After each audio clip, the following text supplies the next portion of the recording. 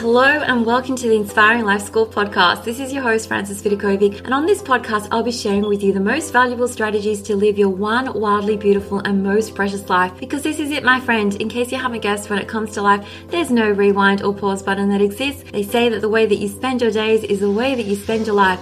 So my one and only goal here is to help you stop wasting your time, stop holding yourself back in life, stop experiencing non-stop negative mind chatter, stop just dreaming without doing, and start living life fearlessly instead, with more purpose, focus, and intention. I sincerely want you to live life in a way that when you come to the end of it, you know deep down in your heart that you 100% gave it your all, flaws and all. This podcast is not about doing life perfectly. Instead, it is about experiencing and living life with more clarity and courage and truly appreciating this precious adventure that we are so blessed to be on. So if you're with me here today, it's time to stop spinning in circles, get off the hamster wheel for good, put your hands back on the steering wheel of your life, and finally start living life in a way that you won't later regret. With that being said, let's dive on in. Hello, my friends. This is Vidakovic, and you are listening to the Inspiring Life School podcast. And I'm seriously so excited to be sharing this episode with you today. And it's all about the things that I tell my kids on a regular basis and that I try to make sure that they understand, even though they might not necessarily want to hear this about life. Because what I'm going to be sharing with you, it's almost like you need a word of warning. This isn't a fluffy feel-good episode where I share all these like sweet little lies you can tell your kids and teens so they feel better about themselves in their future. Now, even though my words aren't actually all sweet and light, ironically, it's actually going to take a massive, heavy load off your children's shoulders when they believe them to be true. So just to give you some context, my kids are now teenagers. My son's almost 17 and my daughter's 19, but I've been saying this stuff for years. So let's just dive on in.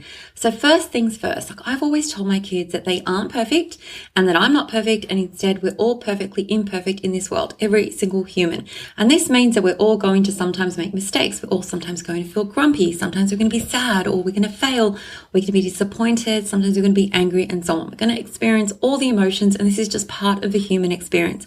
And nothing has gone wrong. And I just say, like, this is normal. Humans all feel emotions, both positive and negative, and it's all good, okay? Of course, it doesn't mean that we have to lash out at others because we're feeling really crappy, but the emotions and the experience itself are totally normal, and every single human in this world is going to feel this way at times. Which brings me back to this idea of making mistakes and failing. Like, so many kids fear making mistakes and failing, but that's because they haven't been taught that this is actually the way that you learn new things in life. Like, you've got to make mistakes, you've got to fail.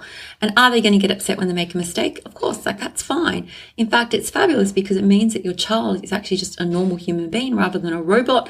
And in life, you're either going to be winning or learning. So failing at stuff is normal, especially in the beginning. Like, the only way you're ever going to get better at stuff is by practice, and practicing some more and getting up every single time you fail and fall.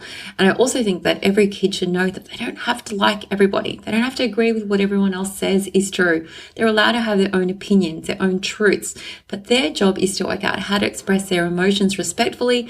And as parents, we can do so by leading by example. Now, they're allowed to change their mind too. Like, I remember this is something that I introduced to my kids at a really early age, and I can't remember why it was like a pressing point for me to make, but this is what I wanted them to know. They can change their mind, because as adults, we often like hastily commit to things, or we feel forced to do something that we know deep down isn't right for us. And I wanted my kids just to know, like, they can change their mind. Okay, like, it's okay to pivot in life. And sometimes I feel like the advice would sometimes backfire on me, because my daughter would announce really, at the last minute, even when she was like really young, like, I've changed my mind. And still, like, I would follow through on this promise that I'd made to her, that she has a choice available to her. And there are going to be times that it's totally fine for her to execute something if she is really uncomfortable, let's just say, about a choice that she's made, whether it's a play date or a sleepover or something that we're planning to do. She can change her mind. But on a similar but different note, like, I always encourage my kids to just give things a go at least once, okay? They've got to just try. And this pertains more so to extracurricular activities that they've expressed an interest in, because often what happens, like, when you sign up for something new, like, a whole flood of emotions and thoughts gets in your way and makes you think, like, hang on, maybe I actually don't want to do that. But they do deep down. And both kids and adults get nervous when they try something new, when they meet new people, and they know it's going to take some time to get good at this new skill, this new activity. And so many kids wish that they could just skip over all that crappy stuff. But the truth is, like, there's a normal learning curve attached to any new skill that you're trying to learn. So it isn't possible just to like skip straight to the great stuff. So I always encourage them to like try things once. And if you truly hate it, like, no problem. You don't have to go back again. But what would often happen is that once I got over that initial hesitation, they actually loved it and they kept on going. Like I remember my son, when he started wheelchair rugby, he ended up winning 2 back-to-back grand finals in his first 2 years of playing. But the first time he went, he's like, no, I don't want to do it. And I said, just give it a go. Like just try it one time and we don't ever have to come back. And then when there was my daughter on the other hand, who like tried lots of things for just one term, like she tried jazz and tap and gymnastics and ballet, and she didn't love it. And I didn't force her to keep on going, because the important thing is just to try things once. Like if you're committing to a term, just try a term. And not everyone is going to love everything that you do or have the same level of passion for an activity as you do. And that is okay. Okay. Our kids are different from us. So of course, as parents, like you might want to put your foot down sometimes and decide that some things are actually non-negotiable. Like let's just say swimming lessons were for me when my kids were young. They didn't have to do swimming lessons forever, but we were growing up in Sydney, Australia, and they definitely have to have a certain level of competency in swimming to feel safe and to spend time every weekend in the pools and at the beach. And that's what I made them do. Like you have to do swimming lessons, okay? Non-negotiable for me. So you get to decide that. And I guess that leads to another lesson that I've always tried to teach my kids. Like you aren't going to love everything that you do, but that doesn't mean that it doesn't need to be done. Like homework and school. You may not love it, but there's a reason why we need to do those things. And there's a reason why we need to clean our rooms and our home. There's a reason why we do our best to stay organized. Like, gosh, like there's so many things that I don't love doing in my life, but I do it anyway because I love the results that come at the end of it. Like going to the gym. Like I don't love going to the gym, but I love the way that I feel after, like once my workout is done. Okay. And I always am so glad that I gave it a go.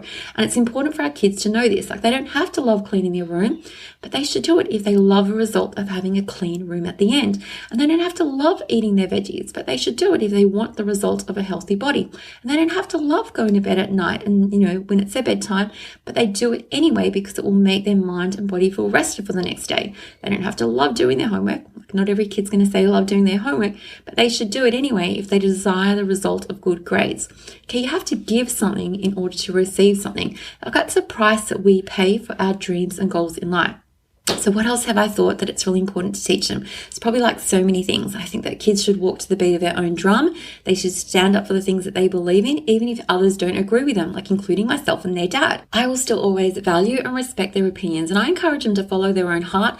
And I've always said to my kids, like they should study what they love at university. They don't even have to go to university if they don't want to, but they should follow their heart, because we spend so much time working in our lives that it's really important that we spend it doing work we love, because it's like Confucius so wisely said, like do what you love and you never have to work a day in your life, which is sort of not true, because of course, like you still need to be working, but I totally get what he means, because I in fact do work that I love. Like I write and I create and I teach, and my gosh, like it still of course takes time and effort, but it also feels as if my soul and purpose are being fulfilled when I'm doing it. So I enjoy the work that I'm doing, and I tell my kids to like do the same. Follow your heart when it comes to whatever you choose to do in the future. I also tell my kids to think before spending their money on things that truly don't matter, but invest and buy things that you actually value. Like if you value it, go and buy it. Have fun, travel, appreciate your friends, let go of any friends who are dragging you down, and understand the importance of family. Like we have a firm, really important family first rule in our family, but only when it feels right inside of you. Like obviously if there was a behavior that we didn't agree with, that we didn't love, we would step away from it. And we also need to know that life is full of ups and downs. I've always said that to my kids. Highs and lows, challenges, obstacles, nothing has gone wrong. This is all totally normal. Life is just doing life, but they still get to decide how they show up each day. This is where their power lies. This is where all our power lies. And I could probably go on and on and on forever about all the stuff that I've tried to impart to my kids over the years, but when it really comes down to it, it's just helped me immensely to remember that my kids are their own separate person from me, okay? They've got their own unique individual personalities. They've got their own loves and dislikes and their own thoughts and feelings and preferences.